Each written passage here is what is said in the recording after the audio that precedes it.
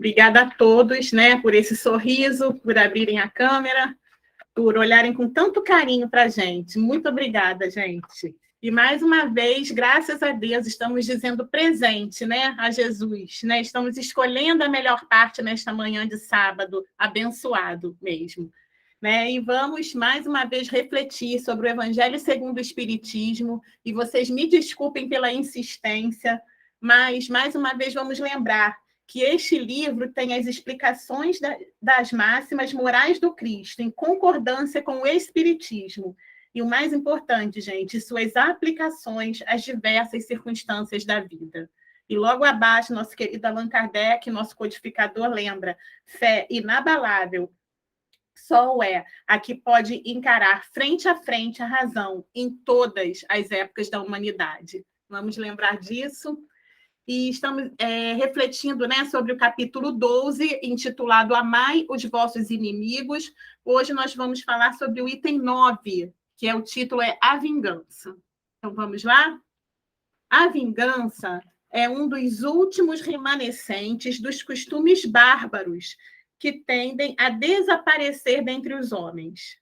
É como o duelo, um dos derradeiros vestígios dos hábitos selvagens, sob cujos guantes se debatia a humanidade no começo da era cristã. Razão porque a vingança constitui indício certo do estado de atraso dos homens que a ela se dão e dos espíritos que ainda as inspirem. Portanto, meus amigos, nunca este sentimento deve fazer vibrar o coração de quem quer que se diga e proclame espírita. Vingar-se é, bem o sabeis, tão contrário àquela prescrição do Cristo, perdoai aos vossos inimigos, que aquele que se nega a perdoar não somente não é espírita, como também não é cristão. A vingança é uma inspiração tanto mais funesta quanto tem por companheiras assíduas a falsidade e a baixeza. Com efeito, aquele que se entrega a essa fatal e cega paixão quase nunca se vinga a céu aberto. Quando é ele o mais forte, cai qual fera sobre o outro, a quem chama seu inimigo. Desde que a presença deste último lhe inflame a paixão, a cólera, o ódio. Porém, as mais das vezes, assume aparências hipócritas, ocultando nas profundezas do coração os maus sentimentos que o animam. Toma caminhos escusos, segue na sombra o inimigo, que de nada desconfia, e espera o momento azado para, sem perigo, feri-lo. Esconde-se do outro, espreitando de contínuo. Prepara-lhe as odiosas armadilhas e, sendo propícia a ocasião, derrama-lhe no copo o veneno. Quando seu ódio não chega a tais extremos, ataca então na honra e nas afeições. Não recua diante da calúnia e suas pérfidas insinuações habilmente espalhadas a todos os ventos se vão avolumando pelo caminho. Em consequência, quando o perseguido se apresenta nos lugares por onde passou, o sopro do perseguidor espanta-se de dar com semblantes frios, em vez de fisionomias amigas e benevolentes que outrora o acolhiam. Fica estupefato quando mãos que lhe estendia agora se recusam a apertar as suas. Enfim, sente-se aniquilado ao verificar que os seus mais caros amigos e parentes se afastam e o evitam. O covarde que se vinga assim é 100 vezes mais culpado do que o que enfrenta o seu inimigo e o insulta em plena face. Fora, pois, com esses costumes selvagens, fora com esses processos de outros tempos. Todo espírita que hoje pretendesse ter o direito de se vingar seria indigno de figurar por mais tempo na falange que tem como divisa: sem a caridade não há salvação. Mas não posso deter-me a pensar que um membro da grande família espírita ouse jamais de futuro ceder ao impulso da vingança, senão para perdoar. É Júlio Olivier, em Paris, 1862. Então, gente, a gente lembra, né, de uma frase de Gandhi, que ele diz assim: olho por olho, o mundo vai terminar cego. Né? que todo mundo acaba equivocado uma época da vida, principalmente nesse planeta que a gente vive. A gente já fez algo errado com um irmão faz algo errado conosco. Se a gente for se entregar a esse sentimento, né?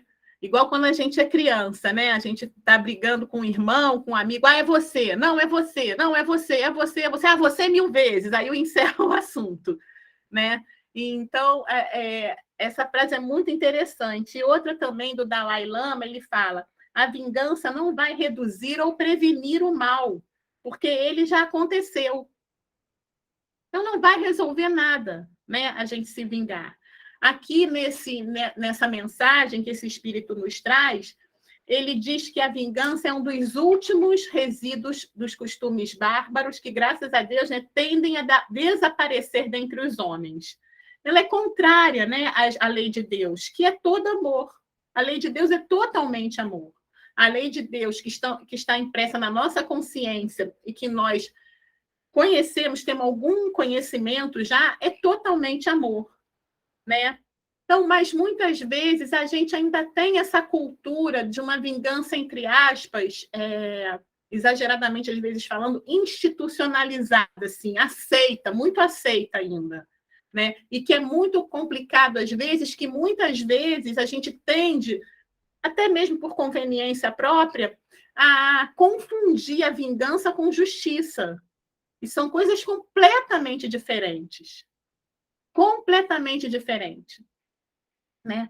Por vários motivos, né? O não aprofundamento nas leis de Deus, né? Pela nossa imperfeição moral, até mesmo a nossa imperfeição ainda de não desenvolver o nosso intelecto ainda para o bem, né? Pela aqueles 3 amiguinhos que a gente conhece tão bem, o orgulho, o egoísmo, a vaidade, né? Porque muitas vezes, quando eu estou entregue naquele sentimento de vingança, quando eu estou ocupado daquele sentimento de vingança, ou quando eu vou executar, pretendo, né, me vingar de alguma pessoa, ou revidar, vamos dizer assim, algo que me fizeram, eu estou pensando em mim, no meu orgulho que está ferido, a vaidade que está ferida, estou sendo egoísta, porque eu também, nunca é só eu e o outro. Sempre tem outras pessoas envolvidas.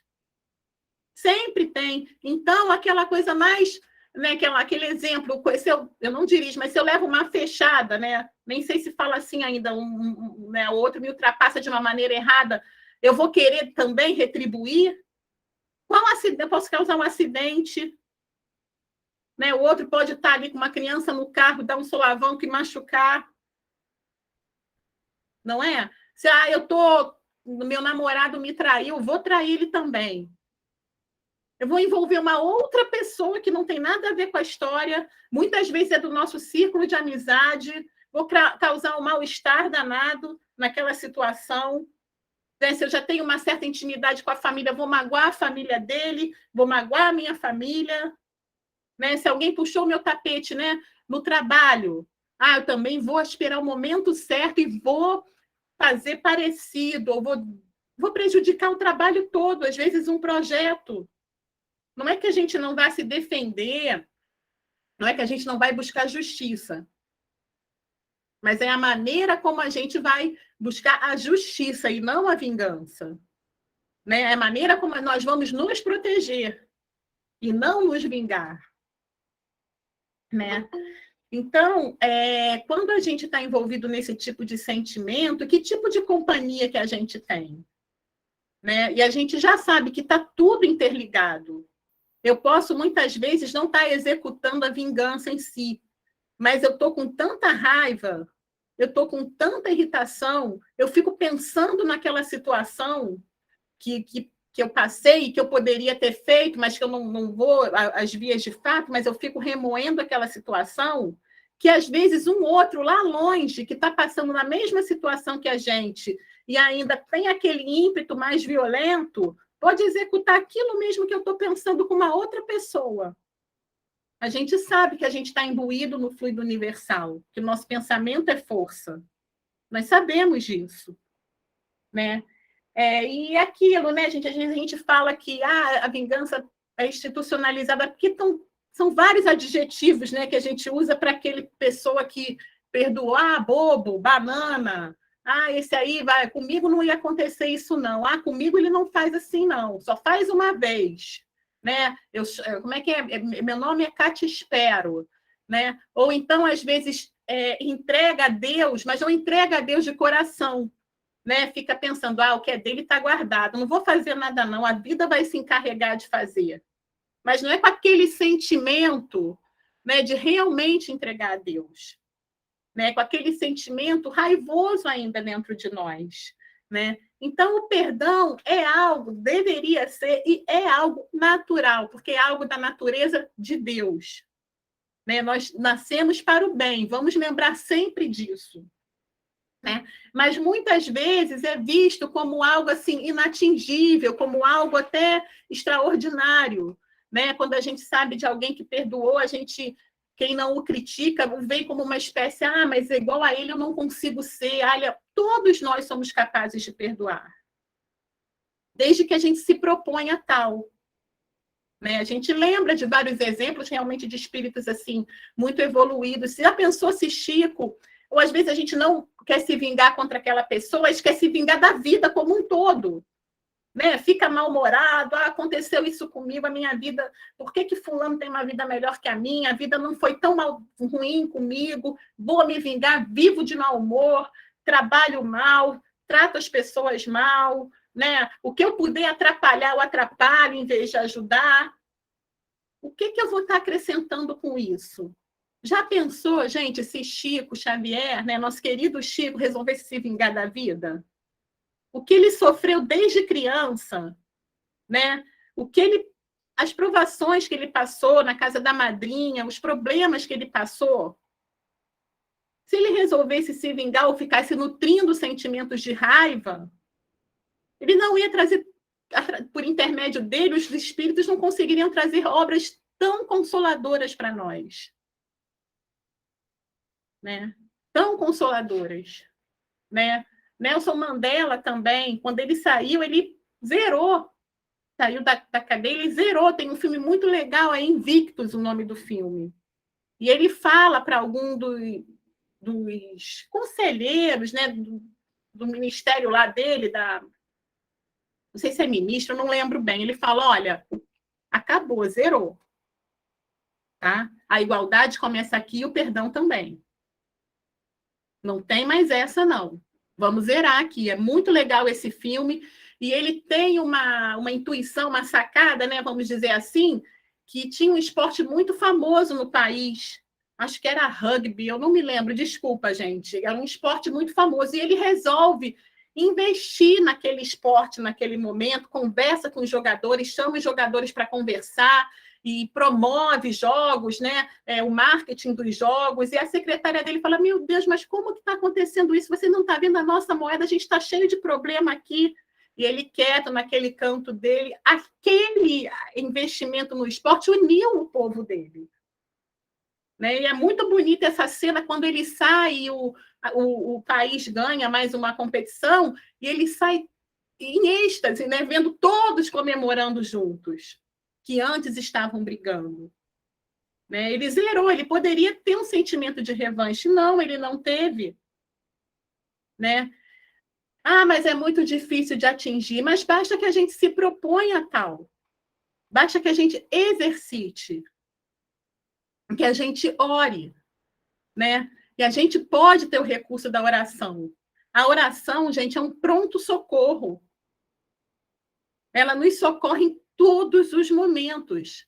Uma oração sincera. Meu Deus, eu estou pensando mal ainda, Jesus. Eu estou pensando mal do meu irmão. Jesus, eu estou com muita mágoa do que ele fez comigo, ou com essa situação que aconteceu comigo. Me ajuda a me libertar disso. Por favor, me ajuda. Eu não consigo, às vezes, nem falar o nome dele. Mas me ajuda a me libertar desse sentimento ruim com essa pessoa que o Senhor sabe que eu estou sentindo. Eu não quero sentir isso. Me ajuda. Bebe uma água, a água da paz. Uma época tinha uma campanha, a gente, toda vez que bebesse água, a gente pensasse, o mundo está em paz e eu também. Como se fosse um mantra. né? Vamos colocar a nossa água para fluidificar durante as reuniões e beber no decorrer da semana também. Escutar uma música suave, assistir um filme alegre, libertar o nosso pensamento, né? Porque uma vez a gente escutou o Divaldo falar, ele falou: olha, você perdoa, mesmo que o outro não mereça, mas você merece esse perdão. Você merece se libertar desse sentimento, que é um sentimento que aprisiona. Né? Quando às vezes algumas pessoas falam: ah, fulano, deixa para lá, você vai se rebaixar e fazer igual, né?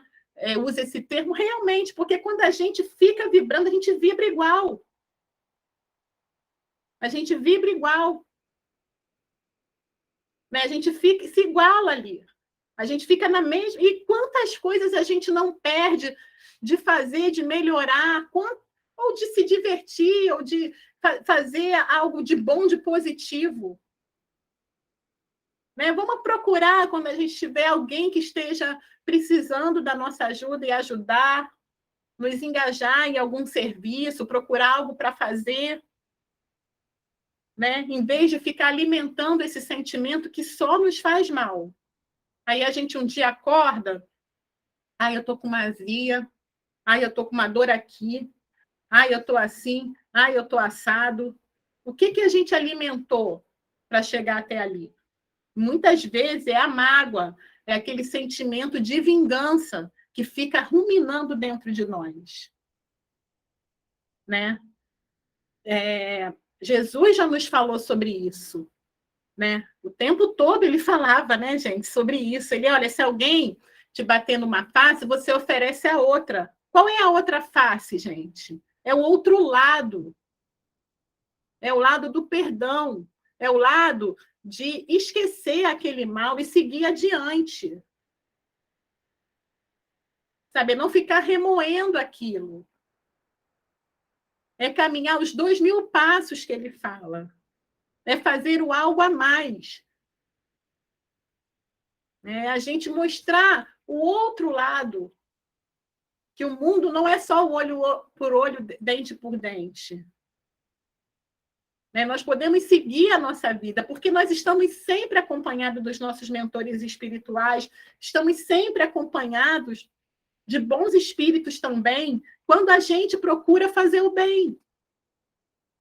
Quando a gente procura perdoar o outro e até mesmo nos perdoar. Né? Porque às vezes a gente fica voltando naquela situação, mas se eu não tivesse feito isso, ele não ia ter feito aquilo, mas não sei. Passou. Né? Passou. Acabou, já foi. Já foi. É muito difícil, a gente sabe que é difícil. Né? Muitas vezes a gente é ferido, um ferimento muito dolorido, por alguém que a gente não espera que vai fazer aquilo com a gente. Ou fere alguém que a gente ama muito. Né? E a gente fica com aquela dor, a gente fica com aquela mágoa dentro de nós. Mas aquela mágoa não vai fazer com que aquela situação se resolva. Aquela mágoa não vai melhorar o nosso sentimento de tristeza. O que melhora?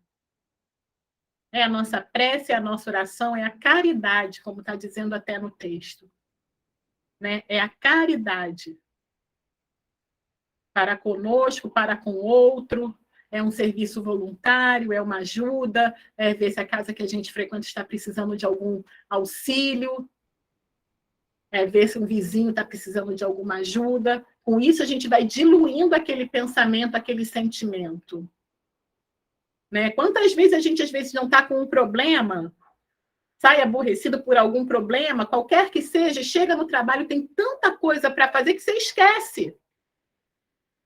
Né? Porque no trabalho você não vai poder parar de trabalhar para ficar pensando naquilo. Você vai ter que encarar, né? E trabalhar mesmo. Porque tem meta, tem tanta coisa para cumprir, não é? Então, como Jesus nos falou, né? Então, quando a gente tiver com esse sentimento, né, de vingança, vamos procurar mudar a nossa vibração, mudar o nosso pensamento em relação a isso. Né? mudar a nossa energia mental mesmo, né? Então, muitas vezes, nós já estamos... não estamos mais, né, com aquele sentimento de nos vingar do outro, né? Mas a gente entrega a Deus, mas não entrega de coração, né? A gente entrega a Deus com, tá vendo, um dia a hora dele vai chegar, né? Se a gente não está pronto para entregar a Deus de coração, que ainda é difícil, vamos recorrer ao livro, ao Evangelho no Lar sempre, que é muito importante, a frequentar as reuniões da nossa casa, a fazer a oração, né? A praticar o bem, a fazer um exercício que nos faça bem, né? Porque sempre alguém sofre. Sempre tem alguém que sofre. Uma situação muito triste que às vezes a gente passa, que a gente presenciou, era um casal, né? E a esposa veio atrair, né, o marido. E o marido descobriu, enfim, se separaram. E o marido começou a descontar nos filhos. Ele não pegava os filhos, dizia que ia pegar os filhos no final de semana e não ia. Começou a rejeitar os filhos. Olha que situação triste que um outro pagou, que não tem nada a ver com a história. Que não tem nada a ver com a história, né? E esse rapaz, essa pessoa já tinha vindo de uma história de rejeição familiar, de pai e tudo, e numa ocasião, quando o avô dessas crianças veio a desencarnar, uma amiga em comum deles falou: fulano, poxa, vai dar uma força lá para o teu filho, ele está sofrendo tanto, é um rapaz, né, de 20 anos, ele está sofrendo tanto. E a resposta que ele deu: meu pai também me rejeitou e eu estou aqui até hoje. Quer dizer, ele se vingou da vida do pai, que ele tinha uma mágoa muito grande no próprio filho. Que dívida que essa pessoa não está adquirindo, né? Nós temos um exemplo também no livro Nas Voragens do Pecado. A Ruth, né? Ela também sofreu muito, teve muitos problemas, mas familiares, perdeu a família toda, a família foi perseguida por perseguições religiosas, e ela resolveu optar pelo caminho da vingança. Quanto ela não se comprometeu com aquilo? Né? O quanto tempo ela não perdeu com aquela vingança? Né? Outro exemplo que a gente lembra é quando Jesus foi chamado para poder fazer um banquete na casa de um fariseu, Simão, né? E ele, acho que, se não me engano, mais 2 discípulos. E quando ele estava lá, quem aparece que entra naquela casa? Nada menos que a Maria de Magdala, que era uma prostituta na época, muito conhecida, e era uma casa muito suntuosa. Então, se ela entrou ali, ela teve abertura para entrar de alguma forma, porque ela era muito conhecida ali naquela região. Então, muitos daqueles homens que a criticavam frequentavam a casa dela também. E quando ela chega, ela, muito tocada pela presença do mestre, ela já tinha escutado o mestre falar em Cafarnaum, e ela beija os pés do mestre, unge os pés de Jesus com perfume, lava os pés de Jesus. E Simão, né, o fariseu orgulhoso, falou: você não é o Messias, você não é profeta? Você não sabe que essa mulher é uma mulher de má vida? Por que, então, que você está deixando ela encostar em você? E aí Jesus sempre, né, aproveita para poder dar uma lição e fala: olha, aquele a quem muito foi perdoado, muito ama. Aquele a quem muito foi perdoado, muito ama. Enquanto eu cheguei aqui, você não me deu um abraço, um beijo, ela beijou os meus pés. Você não me ofereceu nada, ela está lavando os meus pés com perfume. Olha a gratidão que essa mulher tem. E ela saiu, seguiu uma outra vida lindíssima, muito bonita. Quem puder ler a história dela, leia. E Simão ficou remoendo aquela raiva, né? Em vez de tomar aquela lição para poder aprender, para poder crescer espiritualmente, ele ficou ferido no orgulho dele perante os outros que estavam ali, né? E quando ele soube, né, que o mestre foi crucificado, ele se alegrou, ficou feliz com aquilo, com todo aquele sofrimento que Jesus passou, que só veio ensinar o bem, ele ficou feliz com aquilo.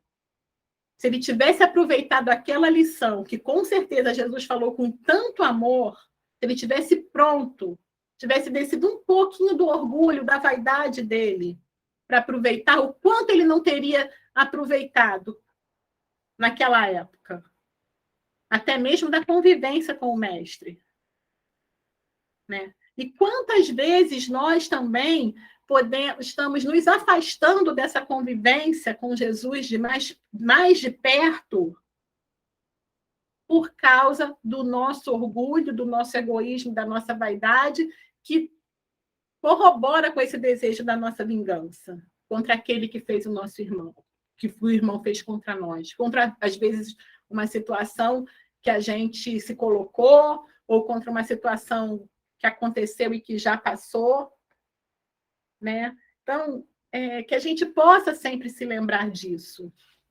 Né? Já pensou, gente, se Jesus resolvesse, na hora que ele estivesse carregando a cruz, na hora que ele estivesse com seu sofrimento mais atroz, que ele foi levado ali a sofrimentos terríveis, a sofrimentos físicos mesmo, sofrimentos morais, de abandono, né? Morais, de ver a mãe olhando ele sofrer. E ele ainda teve o cuidado de pedir ao Pai que perdoasse. Ele ainda teve o cuidado de entregar a humanidade a Maria, quando ele metaforicamente fala: olha sua mãe aí, mãe, olha o seu filho, representado por João. Quando ele teve a hombridade de pedir: Pai, eu entrego o meu espírito. O tempo todo ele dava lição ali. O que Jesus espera de nós? Né? Como disse Chico, ele não espera que a gente escale uma montanha, ou que a gente escale a montanha mais alta do mundo, né? Mais ou menos isso que ele falou, ele pede que a gente se ame. Ele nos ama muito. Ele está sempre ao nosso lado.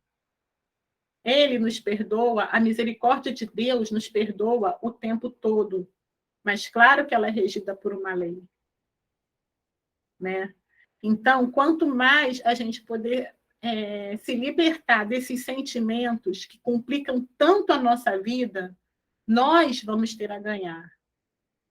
E todos os que estão à nossa volta têm a ganhar. Né? E a gente pode confiar que Jesus nos prometeu que está sempre ao nosso lado, que vai estar sempre conosco. Jesus nunca quebrou uma promessa. Nós quebramos o tempo todo a promessa com ele, mas Jesus nunca quebrou uma promessa. Ele nos prometeu que estaria conosco. Há milhares de vezes ele prometeu que ia trazer o Consolador. Olha quem que ele trouxe, o Espiritismo, o Consolador prometido. Então, nós temos recurso para nos livrar desses sentimentos que nos prejudicam, primeiramente. Vamos ser generosos conosco também e com o outro. Vamos libertar o nosso coração desse sentimento tão difícil, tão complicado, que é o sentimento da vingança, que tão mal pode nos fazer a nós e ao outro. Que estejamos com Jesus, né? Porque ele está sempre conosco. Que nós estejamos com ele como ele está conosco. Que Jesus nos abençoe e que Deus nos abençoe. Obrigada a todos.